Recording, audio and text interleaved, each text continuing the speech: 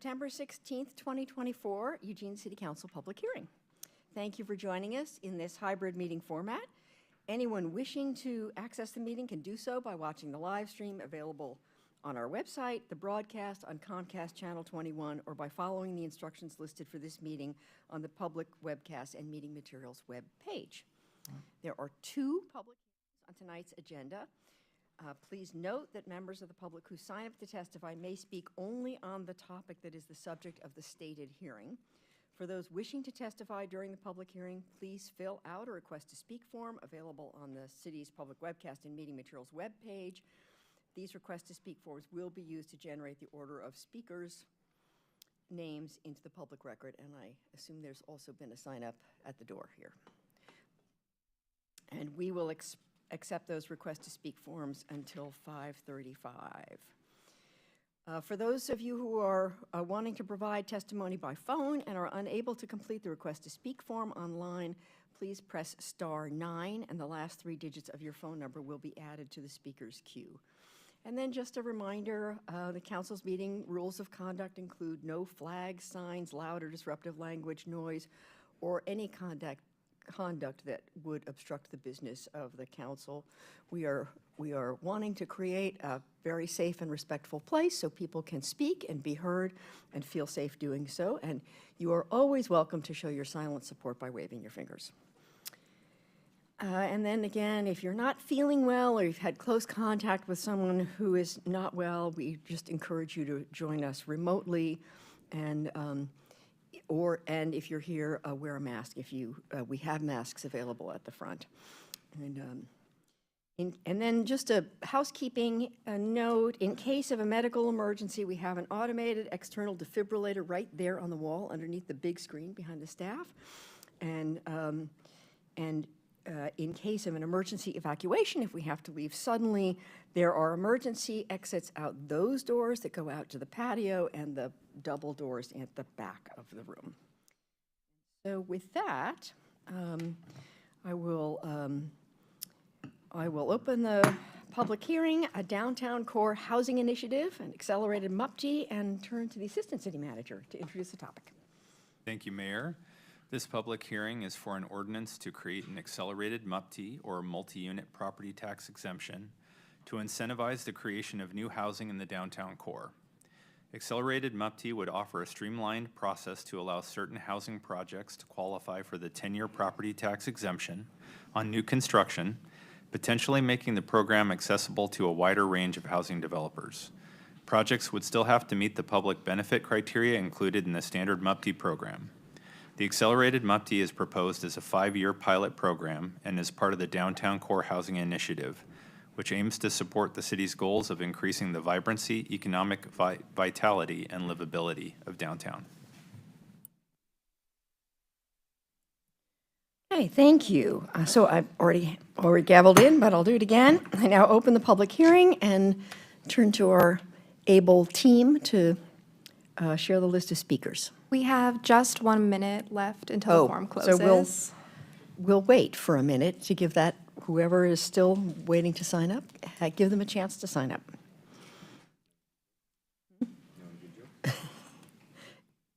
The floor is yours for good jokes.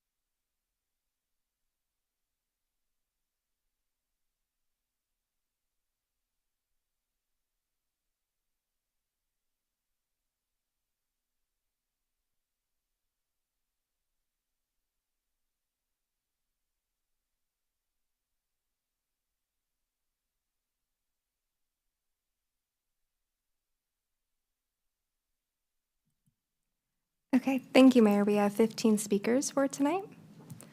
So I will now read us the instructions.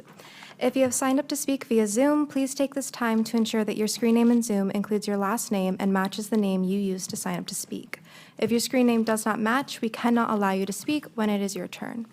I will announce 2 speakers' names at a time. When you are called to speak, please state your name and your ward or neighborhood, if known, before beginning your comments.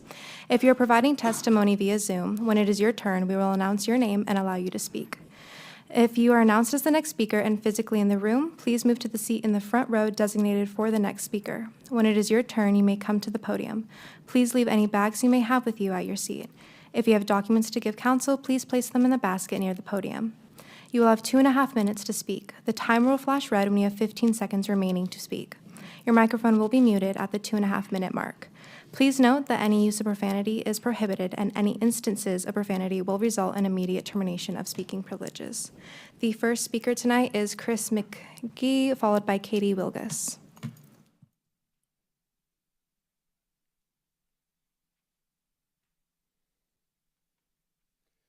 Good evening, Eugene City Council. Thank you for what you do for the city and the community.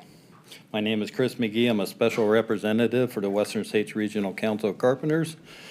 I just want to be clear that this is not a union or non-union issue. It's a human rights issue. These workers are being taken advantage of. When you're working for a 3rd or 4th tier subcontractor, you are more than likely working for a labor broker.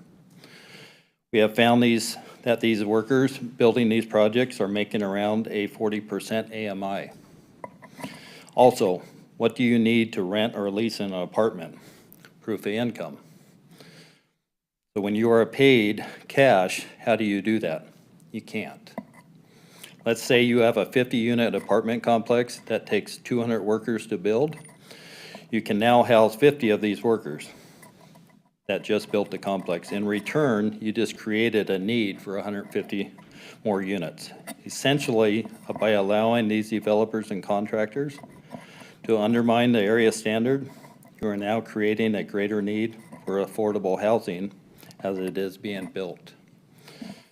By implementing these labor standards into programs like MUPTI or the accelerated MUPTI, we are ensuring that these workers are treated and paid correctly. Do we want developers and contractors to make a profit? Yes, we do, but not illegally off the workers' back. We need to send a message to developers: if you're going to build in Eugene, you need to do it responsibly. We have all heard developers say that this project will not pencil out if they do not receive the community benefit. It will pencil out, and with a profit. Let's add community wealth into the equation by attaching policies into these projects. Thank you for your time and listening. Thank you, Chris. Our next speaker is Katie Wilgus, followed by Irene Altucker. Good evening. My name is Katie Wilgus. I reside in Ward 8, and I'm the Executive Director for Downtown Eugene, Inc. I firmly believe that we all know and feel the impacts of our downtown housing shortage every single day, and that if we could all snap our fingers and make projects start tomorrow, we'd snap. So I'm here tonight because I don't think the accelerated MUPTI proposal in its current form is designed for success. It doesn't go far enough. I know the goal is to remove barriers to development, but the public benefit requirements, specifically the green building features, the local economic impact plan, and the moderate income housing contribution, negate the incentives, leaving developers back at square one. Our track record and our boundary is bleak. We haven't had housing built without public assistance since the 1950s. This signals that something radical must happen, and I don't think that this plan is radical enough to move the needle. Radical might mean pausing the public benefit requirements for 2 to 5 years during this pilot to see if we can even get shovels in the ground.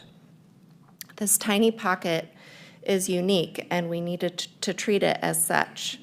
Our downtown core has the highest tax generating potential in the city. As we're watching the city wrestle with a large deficit, I think it's important to stress the need for tax generating projects. This does not mean luxury units. This means units that are priced at whatever the market dictates. We have the opportunity to build off of the affordable housing projects that surround this boundary and complement them with a mix of non-subsidized housing, creating a neighborhood full of diverse, high-density housing with street-level retail that will spur activation and growth in our downtown. And that equation is what will give all of us the shared outcome of a vibrant downtown. Thank you. Thank you, Katie. Our next speaker is Irene Altucker, followed by Dana Siebert. Good evening, Irene Altucker. Happy to be here this evening to be able to have the opportunities to speak to Mayor Venus and the City Council to provide public comment for the proposed accelerated MUPD pilot program. The basis for this program proposal is spot on. Expedite the ability to increase housing. However, the boundaries shown are inaccurate. They do not include an important area for housing. The boundary needs to be enlarged to encompass a larger area. The current MUPD approval process creates unnecessary delay in providing available residential units for occupancy. Research studies show a large contributing factor to create a safe and vibrant neighborhood is to have activity. Last September, for the first time, a school bus came to the corner of 5th and Pearl to pick up children to go to school. This is the beginning of what a neighborhood should look like, ages and demographics to create a vibrant, active, and safe place. Research shows that when people are active throughout the day and evening, it creates a place people choose to live. By artificially shortening the boundary as they are currently shown is short-sighted. You can easily assist in increasing the residential inventory by extending the boundary. The MUPD program has been effective in increasing density in the neighborhood. Why would you delay growth? Housing is needed now. Before you begin to launch this 5-year pilot program, I request that the boundary of this pilot program be extended. Thank you for your time this evening. Thank you, Irene Altucker. Our next speaker is Dana Siebert, followed by Garth Finley. Good evening, Mayor, Councilor. Thank you for the opportunity. I also would like to speak on behalf of support of the program. I'm here on behalf of Onward Eugene, which I think you're aware of is an economic development arm of the Chamber of Commerce for Eugene.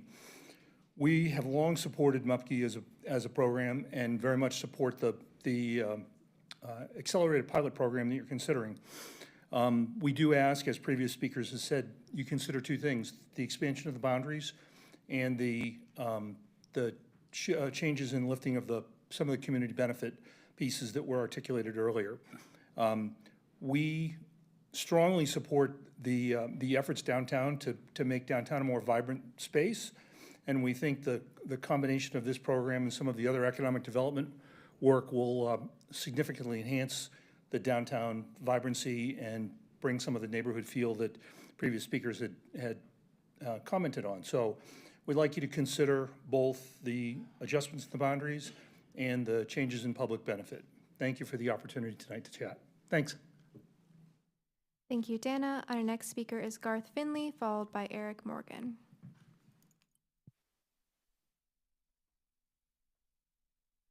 Good evening. I'm Garth Finley, Special Rep with the Western States Regional Council of Carpenters. Let's take a look at the true cost of low wages when labor standards are not attached to these policies. Low wages and exploitive practices in the construction industry, both in Oregon and nationally, cause profound hardships for workers and their families. It also costs the public. When employers misclassify their workers and pay them under the table, they are defunding and defrauding government programs, including workers' compensation, Social Security, and Medicare.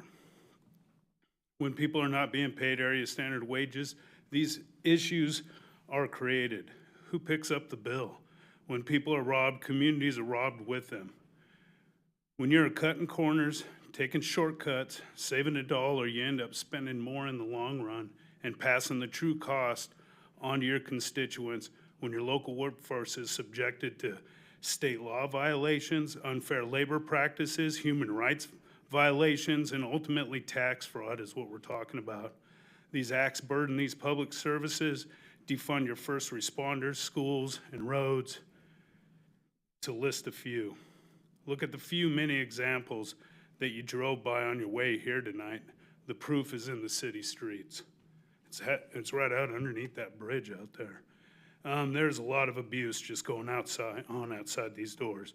By adding these labor standards to the accelerated MUPTI program and other existing programs, you're sending a powerful message to the community that as leaders of this city, you are looking after the better interests of the workers and community members and not catering to the developer interests of continued generational wealth, but creating that community wealth and investing back into the wonderful people that live and work right here in Eugene.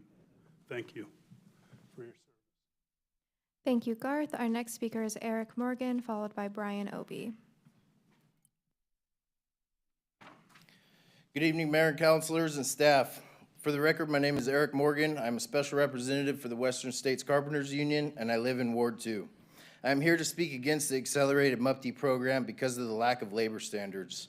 As you all know, Eugene is deep into a housing crisis, and I want to commend the staff and council for exploring ideas and incentives to bring more housing to our city. That being said, I truly believe that we are missing the mark. As a carpenter representative, we are on job sites every day talking to workers. Cash payment, tax fraud, and wage theft is running rampant in the construction market in Eugene, and we have the videos to prove it. Developers are utilizing contractors that undermine the area standard wages to maximize profit while getting tax cuts on top of it. These contractors use labor brokers. Labor brokers provide the labor force for contractors that are often third or fourth tier subs on carpenter scopes of work. The workers that are building these apartments are trapped in a cycle of indentured servitude. And in many cases, they're getting paid $80 to $100 a day for 10 to 11-hour days. These practices allow unscrupulous contractors to undercut those who play by the rules. They sidestep taxes and worker protections and hollow out our local economy in the process. This creates an unfair playing field where responsible contractors struggle to compete. This is a direct attack on workers' dignity, whether it's misclassifying workers, underpaying, refusing overtime, or outright stealing hours. It robs families of the money they've rightfully earned. For too long, dishonest contractors have exploited loopholes, taking advantage of workers, often the most vulnerable among us, who are just trying to provide for their family. If developers are going to have receive a benefit from programs like MUPTI, where they will be able to make generational wealth off of a single project, we believe that they need to make a one-time investment into our community. This includes offering an area standard wage, full family health care, utilization of state-accredited apprenticeship programs, and prioritizing local workforce. We urge that you protect workers and their families by enforcing these standards. Our union is committed to advocating for fair wages, benefits, and worker protections. Let's stand together for fairness, justice, and integrity for our community. Thank you. Thank you, Eric. Our next speaker is Brian Obie, followed by Tiffany Edwards.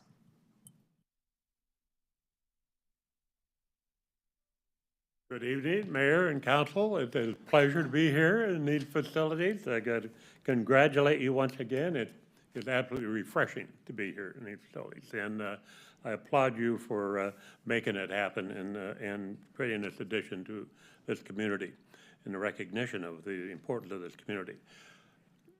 We are here to support this ordinance. The pressure on housing has not gone down at all. It has increased. There's more pressure today than there was 3 years ago, 4 years ago, when we first started building housing.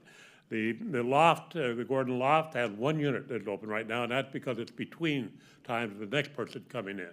It's over here and filling up. So we do need to do collectively all we can do about housing. We also need to understand the values about the redevelopment of Old Downtown. I get that. We want to do that. We want to help do that. But the way we do that is by spreading and creating excitement, creating energy, creating places that people want to be. And so we got to balance those two things. So we are really here to suggest that this acceleration is good, because the Mufti takes longer with the inflation rates, what have you. If you add 3 months to a project, you're adding dollars to that project, you're adding more rent in order to pay for that project. It's very simple.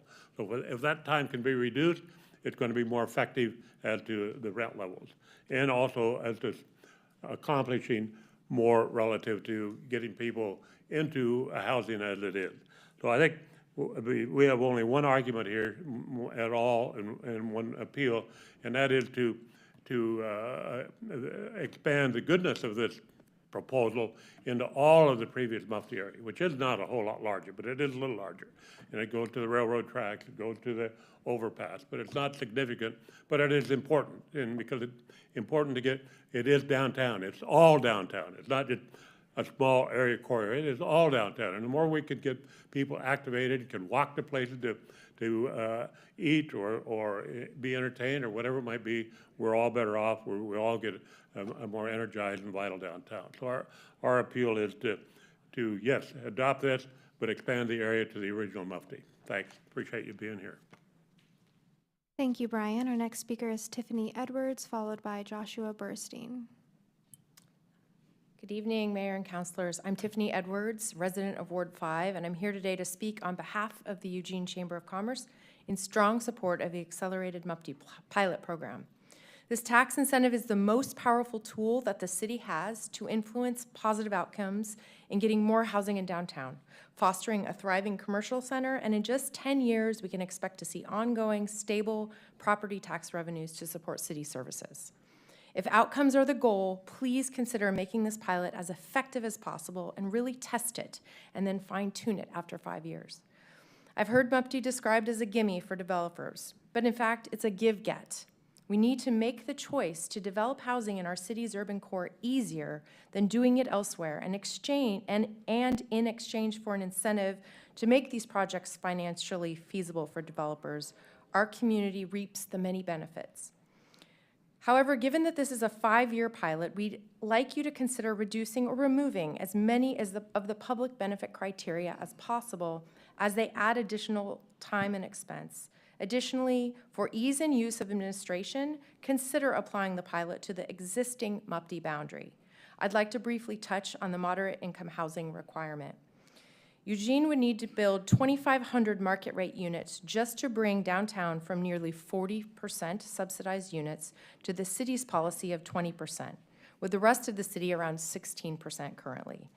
Adding 30% requirement for subsidized units to every Mufti project, in addition to the developments by community partners who are already delivering more subsidized housing, continues to perpetuate that imbalance. Allowing developers to build to the market demand increases the supply, which is what works to bring down rents, making them more affordable without the need for subsidies. If our worst-case scenario in removing these barriers results in more housing downtown than we ever imagined, we can all celebrate this council's bold leadership and a successful pilot. Thank you. Thank you, Tiffany. Our next speaker is Joshua Burstein, followed by Nigel Francisco. Joshua, since you're online, I'm going to allow you to speak.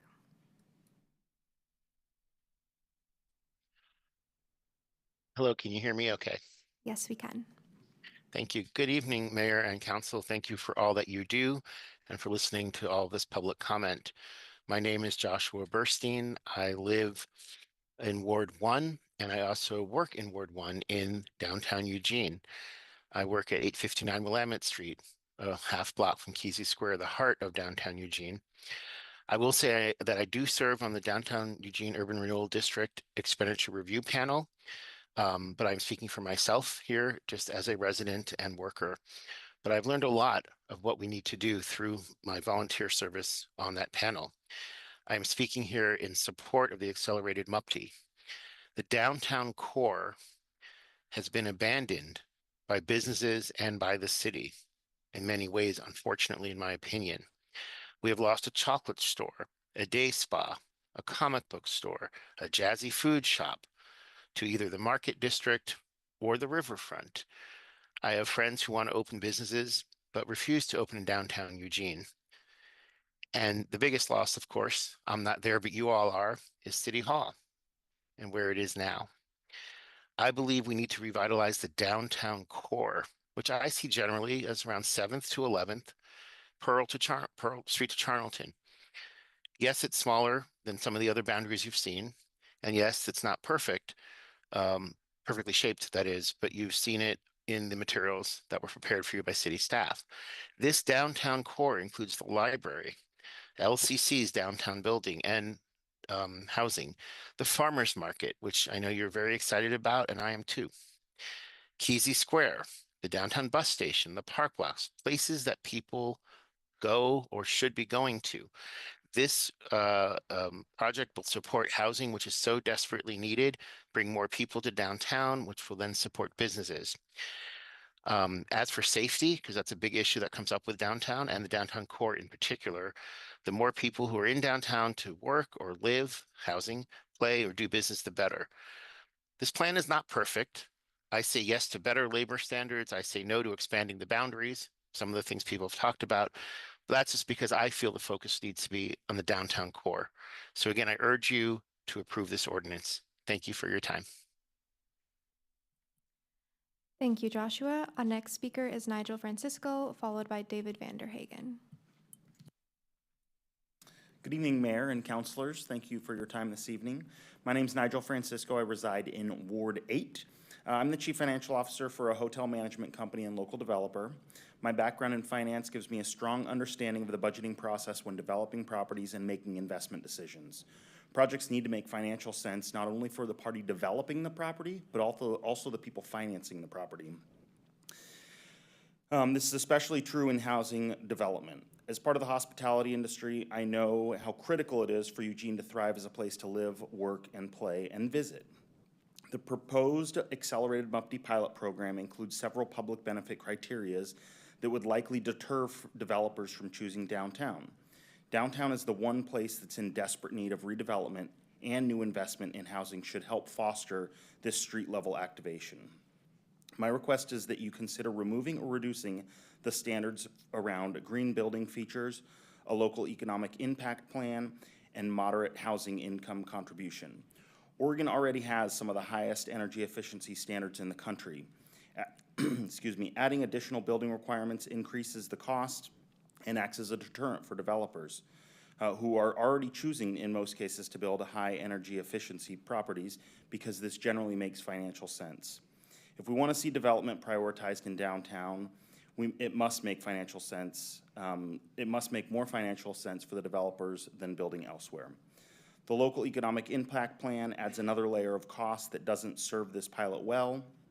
The significant positive impact that more housing in downtown will bring goes without saying, and this is in line with the city's want for increased density. Removing this unnecessary criteria will help make the program viable.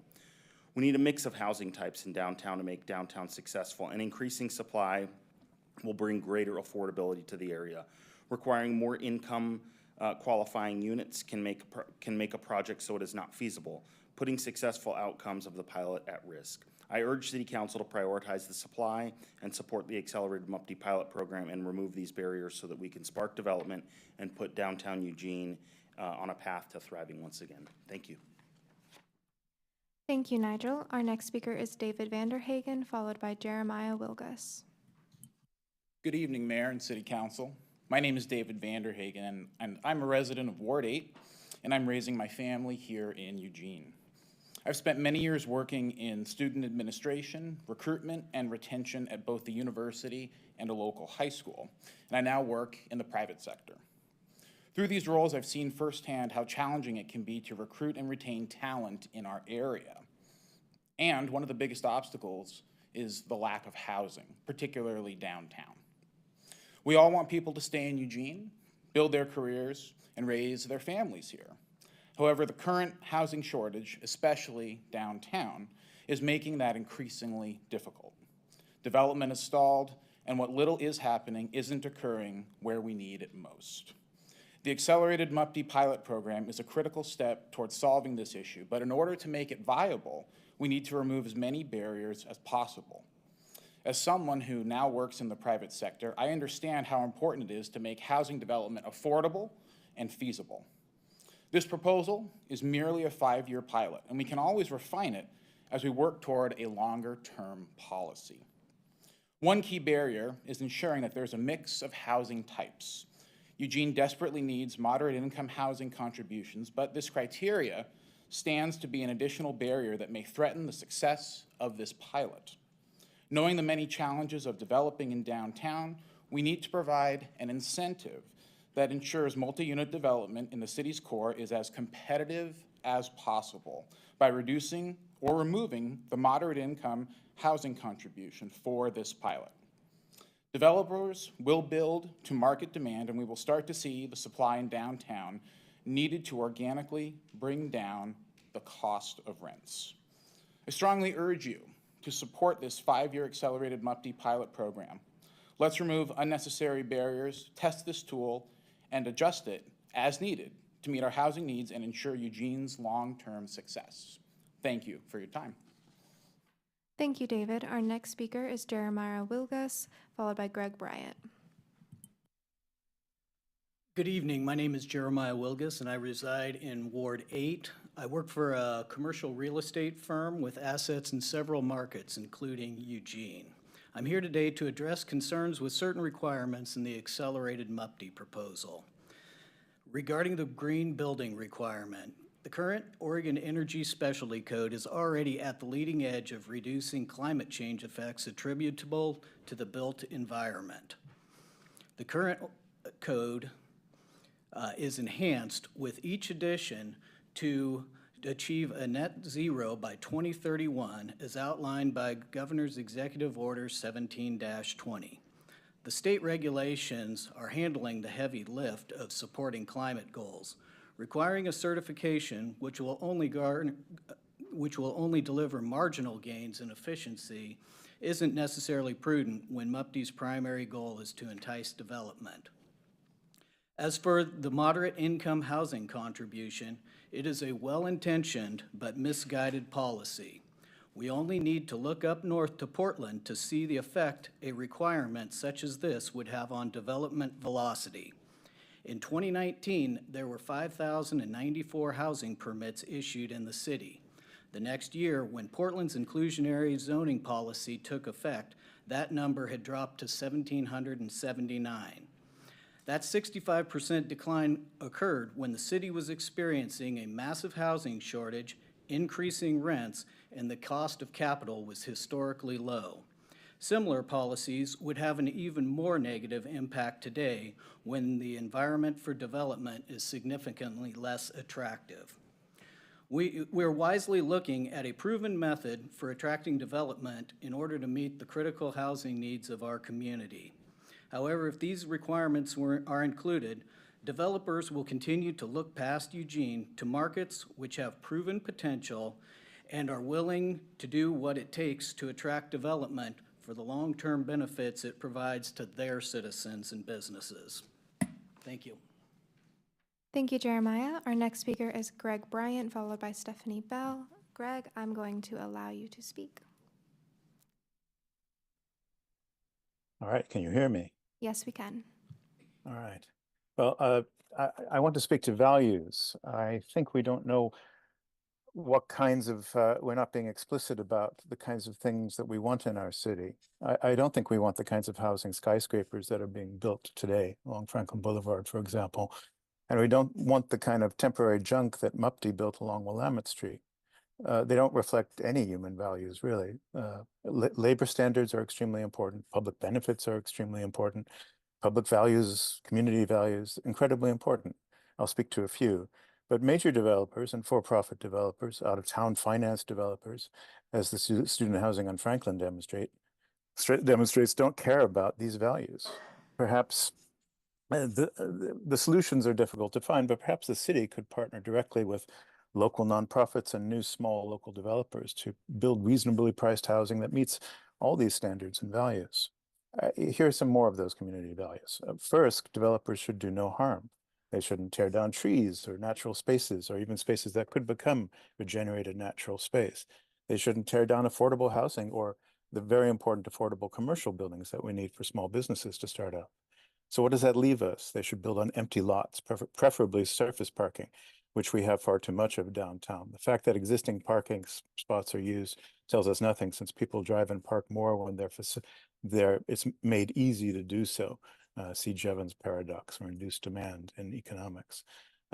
They shouldn't build buildings that are taller than 4 to 6 stories high.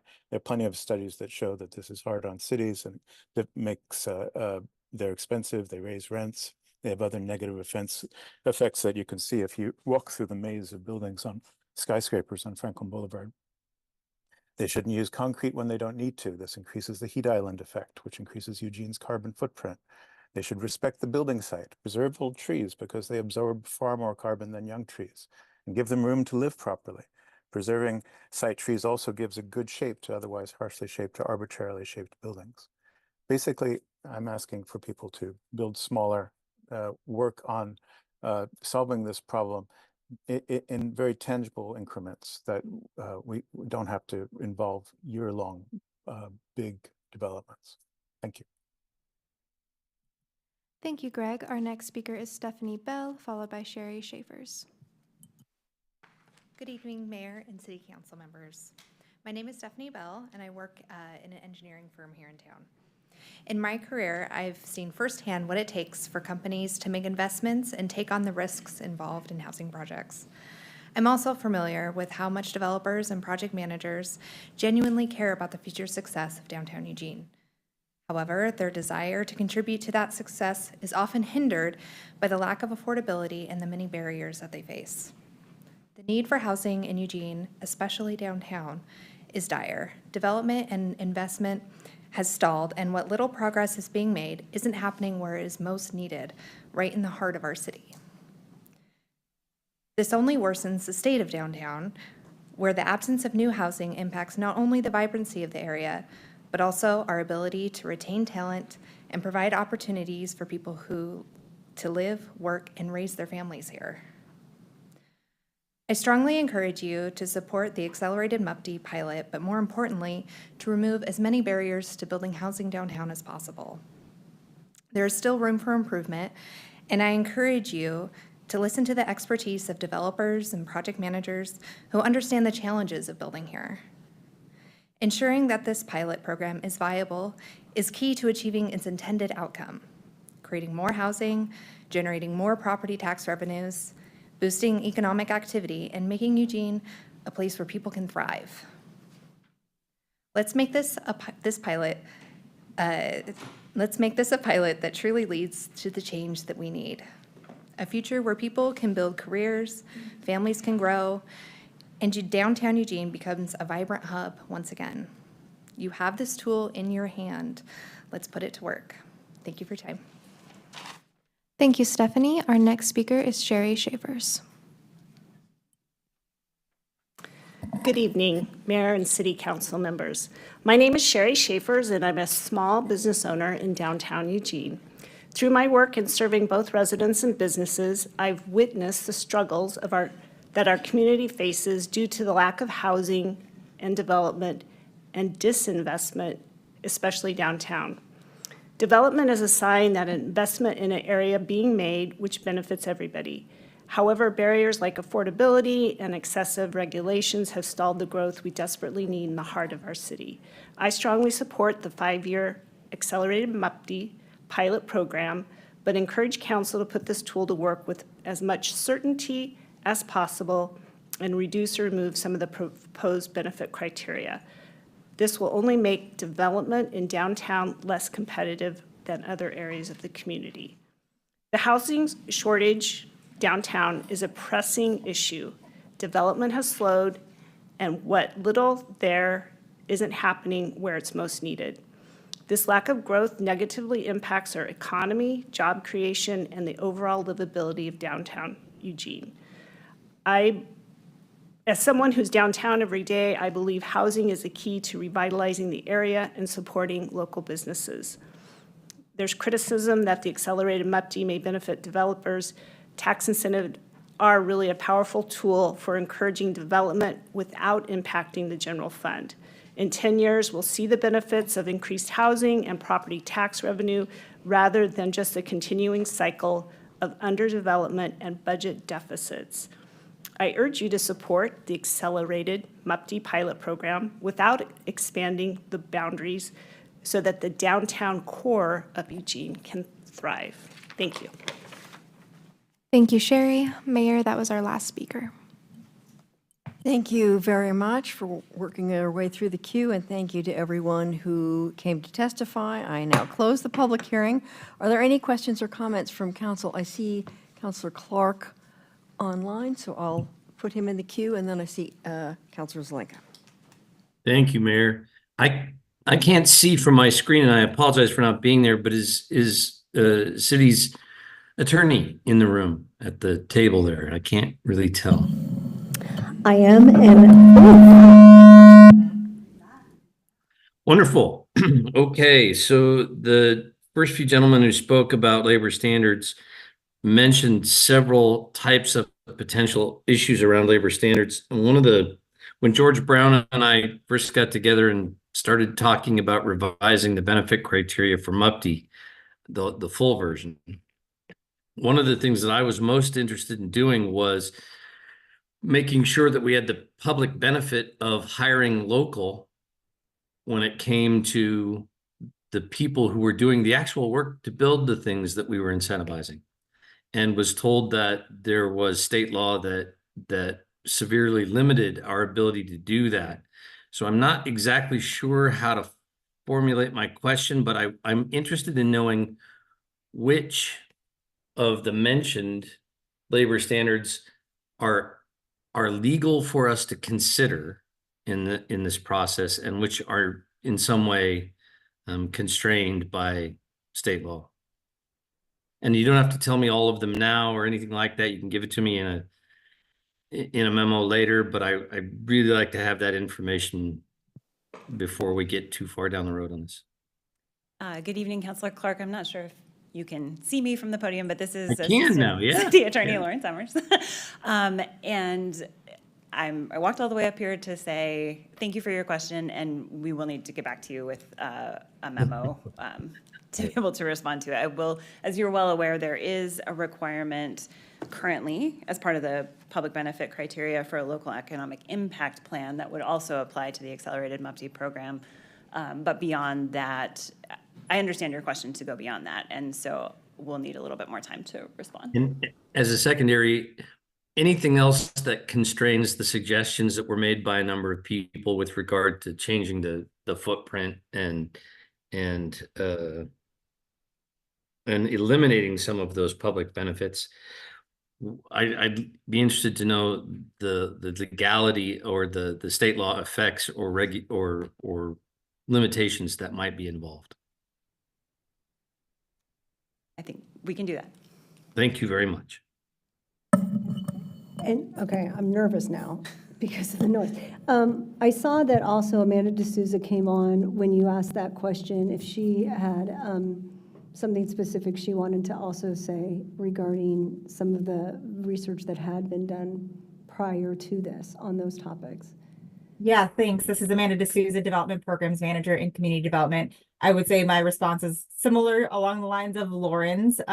There's quite a amount of work done, and there was even like a focus group that happened as part of the MUPD revamp. And so we can go back, revisit a lot of those conversations, summarize all of the conversations we heard from the focus group and kind of how we landed where we did, and we'd be happy to provide that information. I'm pretty well aware of the history. I worked on this pretty hard at the time, but what I'm much more interested in is just a reminder of those things that state law binds us in some way from doing in what has been suggested tonight. Okay, yeah, I will work with Lauren and put some information together. Thank you very much. Okay, thank you. Councilor Zelenka. Thanks, Mayor. First of all, I totally agree that our carpenters need to be paid a living wage and that laws should be followed in our programs, and we should ensure that they are, especially if the incentives come from our taxpayers. A few years back, Mike mentioned we revamped the MUPTI, and the intent then was to create clearer rules, but to ensure that public benefits were real and quantifiable and tangible. I worked really hard, as other people did, to ensure that the community benefits of more housing being built was in place. It was insufficient to just say that we're getting more housing. That is a public benefit, but it was insufficient and too diffuse. If a developer is going to make a profit off a project and subsidized by Eugene taxpayers, the community must also benefit from the project being built. That was the whole point of the revisions. We included clear and tangible public benefits in the revisions we put forward to the MUPTI. The developer should not be the only one to benefit. The community and the workers should as well. Those public benefits in particular are the compact urban development, green energy efficient buildings for the future, 10% contribution to the moderate income housing fund, and a local economic development plan that demonstrates that 50% of the dollars go to local companies, that the wage and tax laws and license laws are all followed, and that we provide opportunities for women and minority-owned businesses. These are important, clear, tangible benefits, and I think further reducing the public benefit would be unconscionable. Accelerating the process and the term's one thing, and we're in a housing crisis, and in particular, an affordable housing crisis. But getting rid of the public benefits is like throwing the baby out with the bathwater. And getting rid of the meager public benefits of these programs is not someplace I'm going to go. Finally, I will point out that these public benefits have been in place for quite a while, and they have not so far been a barrier to the development to developers getting the many MUPTI incentives that we've given out over the last couple of years. Thank you. Councilor Semple. Thank you. Thank you to everyone who came. This was a really good public hearing. We got a lot of different viewpoints that were well supported, and that makes a big difference to me. Thank you so much to the carpenters for all coming here. What a physical reminder of solidarity and caring for each other. I have had problems with MUPTI in the past, but I've gotten more pragmatic. I'm in favor of the accelerated MUPTI, and when I first heard about it, I said, why are we keeping it small? Housing's housing, we need it. And yes, I'm downtown councilor, I want more downtown, but we also approved urban renewal money and used some of that to incentivize downtown. So I'd be okay with making it bigger. If we can't do that, I'm okay with going forward at the size. But I'm not willing to give up the public benefits. Yeah, we need housing, but we need housing for people who live here. And things like green building and hiring local people are critically important. So I can give and give, but not all the way on both sides. So once again, all of you, thank you so much, because this is how we make decisions, is by hearing from you. Thanks. Thank you. Councilor Keating. Thank you, Mayor. And thank you to my colleagues for providing comment. And thank you to everyone who provided testimony tonight, both virtual and here in person. I would submit a couple things. First of all, a rising tide lifts all boats. And from my vantage point, there aren't enough community benefits laid out in the accelerated MUPTI. Sure, green building requirements are great, local economic impact plan, moderate income housing contribution. I would like it to see expanded to locally sourced sustainable goods, living wage jobs, full family benefits, hiring of a local workforce through supporting and embracing local apprenticeship programs. And that give and take, I would look to because I hear the logic about expanding the footprint beyond this proposed smaller geographic footprint. And I guess I would ask staff if there's a way to educate me as to what the thinking was behind the pilot project scaled down map. Why does the proposed accelerated MUPD not look like the existing MUPD map?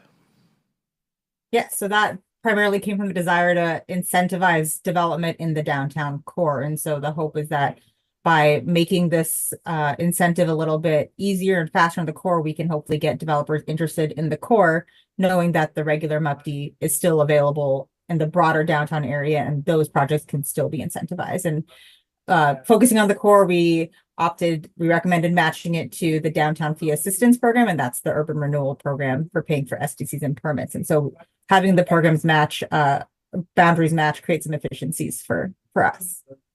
Okay, that's helpful. We did hear tonight from someone who's used the MUPD with great frequency and was advocating for the map to be the same, or advocating for an expansion of the map.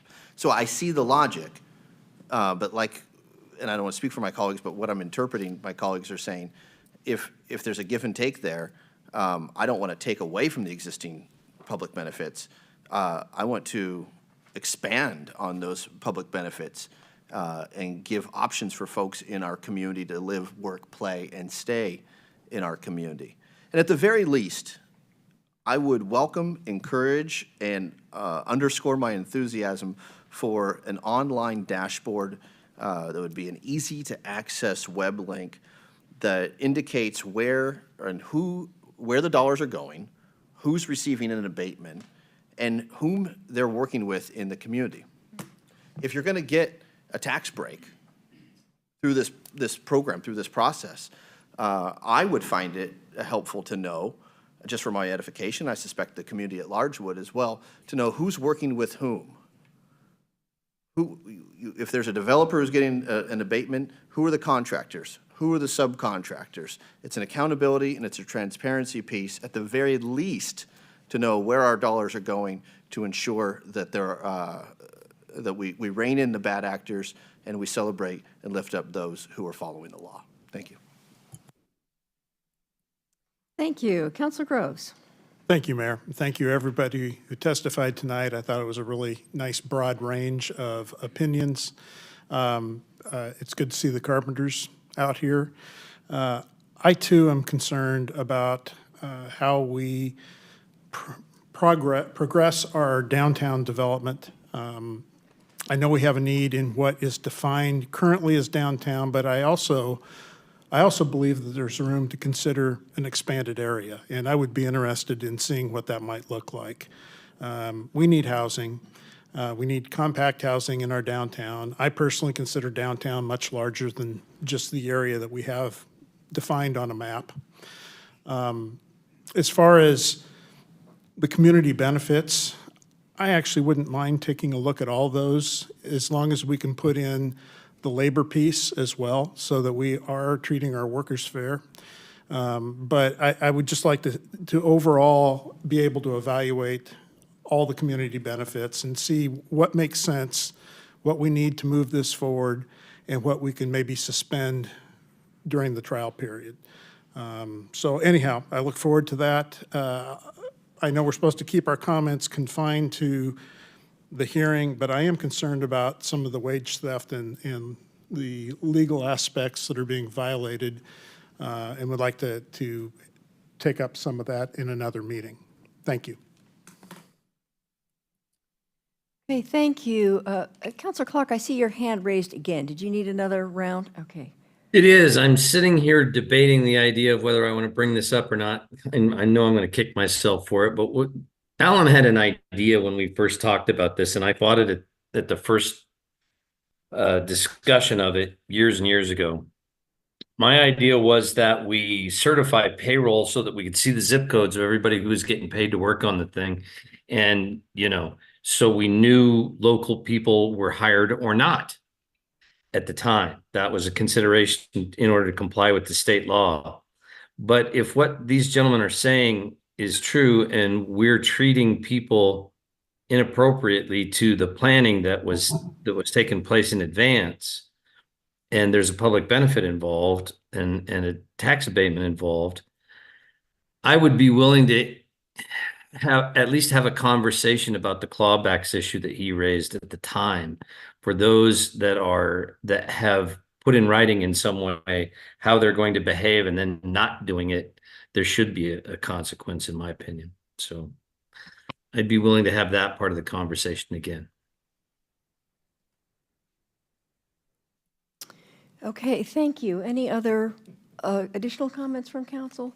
I just want to thank you all again for your testimony. It was very, very interesting hearing for us, and really appreciate hearing from the union, from the downtown businesses, and look forward to the next conversation. So thank you again, and with that, we will close out this item of the agenda and move on to our second public hearing.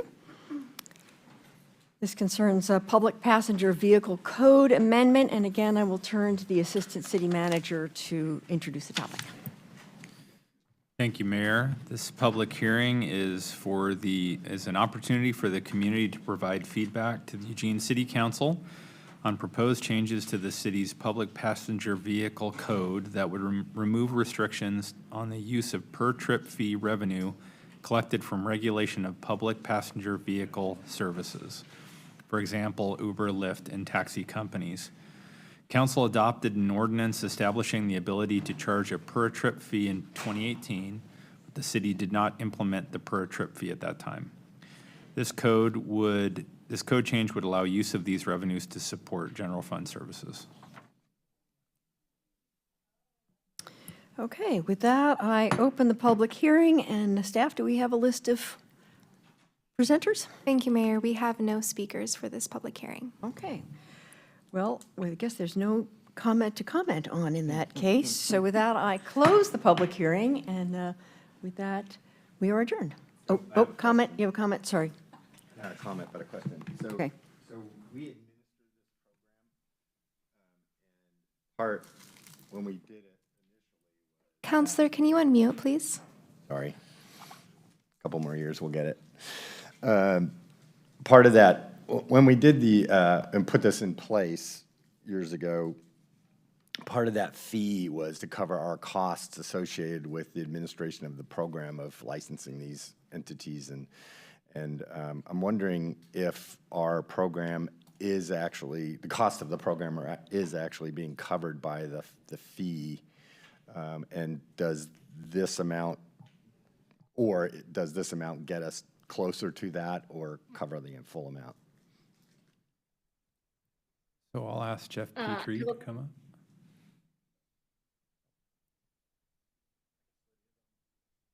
I can answer. Jeff Petrie, Curbside and Admin Services Director. When we put this in place pre-COVID, there were a lot more trips and drivers at that time, so it was recovering the cost of administration. Now we're at about 2/3 of that cost recovery, but this fee that the amount that's estimated to be generated is the amount that is above that full cost recovery. So I think we estimated about $350,000 per year in the AIS, so that it does account for that plus $350,000. Thanks. Councilor Keating. Thank you, Mayor. Apologies to staff for bringing this question up on the fly and not tipping you off ahead of time. But I was just reminded of a text my boss sent to me from Phoenix, Arizona, in which he took a driverless vehicle to the airport. Brave men, right? And I don't know if I would trust my technological prowess or lack thereof to do that. Do automated vehicles fall under the same public passenger vehicle service as laid out in this ordinance? And if not, what can the city do just looking around the corner, should there be an influx of driverless public passenger vehicles in our community, to raise significant revenue from them or to have that fee so high that there might be a dearth of that type of driverless activity, kind of protecting the taxi services, the Ubers and the Lyfts of the world. Counselor, I'm going to ask staff if they would like to respond to that. I don't have that knowledge at my fingertips. The question would be is whether the company itself would have to get a license. Obviously, there would be no driver that would need a license that they would be getting through the city. So it really we'll just take a look at the definition, see if it includes it. I believe at the time, because Councilor Clark had actually had questions about autonomous cars at the time, I believe the definition is written broad enough that it would cover it, but I don't want to confirm that without having to take a closer look at it. But we can certainly do that and let you know. And thank you. Counselor Clark.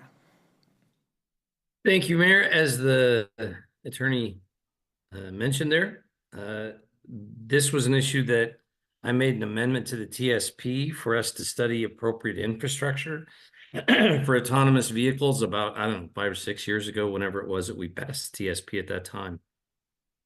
I would be interested in seeing the report that has been so far generated. I know the U of O did a study about readying our community for autonomous vehicles. And I would be interested in getting more information about what we've learned as part of that planning being done in the TSP. So, thank you. Okay, thank you. If there are no other questions or comments, I think we are now truly adjourned. Thank you all.